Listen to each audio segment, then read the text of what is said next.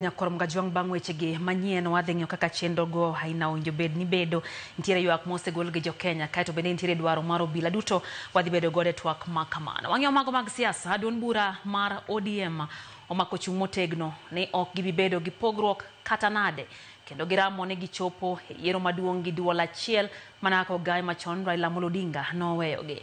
Maler manochiw gi jakom mar ODM Gladys Wanga kolie koni yiero maduong' mabiro ODM biro bedo gi mbi. Jafo marwa Eric Owenga ntiere kod ler.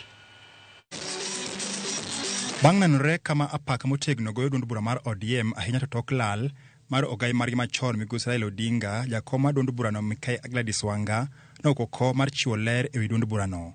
Thoth johera mag ODM osebedo ka chunygi penjore kaka ODM biro dhach tok nenore kama moko kuom jotelo mag duond burano wechegi pogore. Kwa ajili ya taifa nzima kwamba sisi kama chama cha chungwa tuko imara, tuko pamoja, tunasimama kama viongozi ndio tujenge chama chetu. Ingawaje saa zingine tunaweza kuwa na kutofautiana kwa maoni, hiyo isionyeshe ya kwamba ODM inasambaratika. Na wale ambao wanasema ya kwamba ODM itasambaratika, tunawaambia mtangoja sana.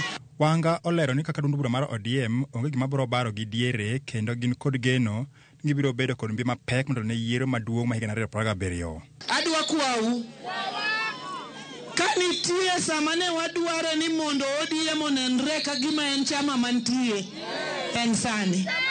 Kanitie samane wadware ni mondo wamiya gwambo wanyalego bedo nere ka nyocha en dhano en sani. Jakom mar ODM Wanga notelo ne jotelo mag ODM ma Nairobi e serombul ni jachung' mar kom ward ma Kariobangi North migosi Michael Ouma Majua malaro komno gi tiko mar ODM. Thursday, Wednesday tujitokeze kwa fujo. Mheshimiwa Wanga ametuambia kuwa unaangalia tu OD nimevaa t-shirt ya orange ya ODM. Jina ni Michael Ouma. Tanadwa kwa ukaka nyawangaya. Masani ile njatelo mar chama kaka jakom. Adwa kuwa ugimos. Adwa kuwa ugimuolo. Adwa kuwa ugimuono. Inyalo bedo kata ni ngi wach go usni. Lakini mondo wami agwambo heshima. Mondo wanes ni chama pod nigi teko. Mondo wagol nyier migi nyier wago kura e chama mar Kom mar Kariobangi North no oyo jochung' bura kamoting'o nyaka mar DCP kaachiel gi UDA. Seche mane ODM ogoyo kambi skul primary mar Kariobangi North, duond bura mar Kenya Patriotic Party bende ne dhi nyime gi kisera mare alwora ma Darfur. Abiro Darfur area ka, abiro miyo vijande gi wamama tank nikech nitie problem ma pi Darfur area ka.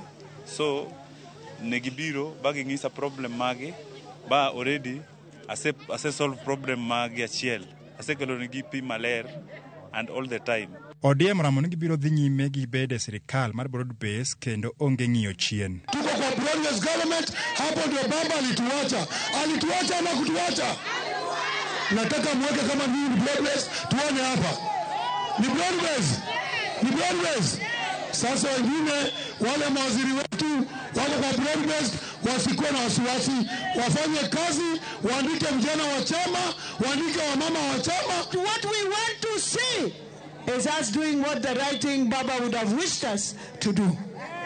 So even as I finalize, we must remember, while we are in broad-based, watoto watu waende polisi.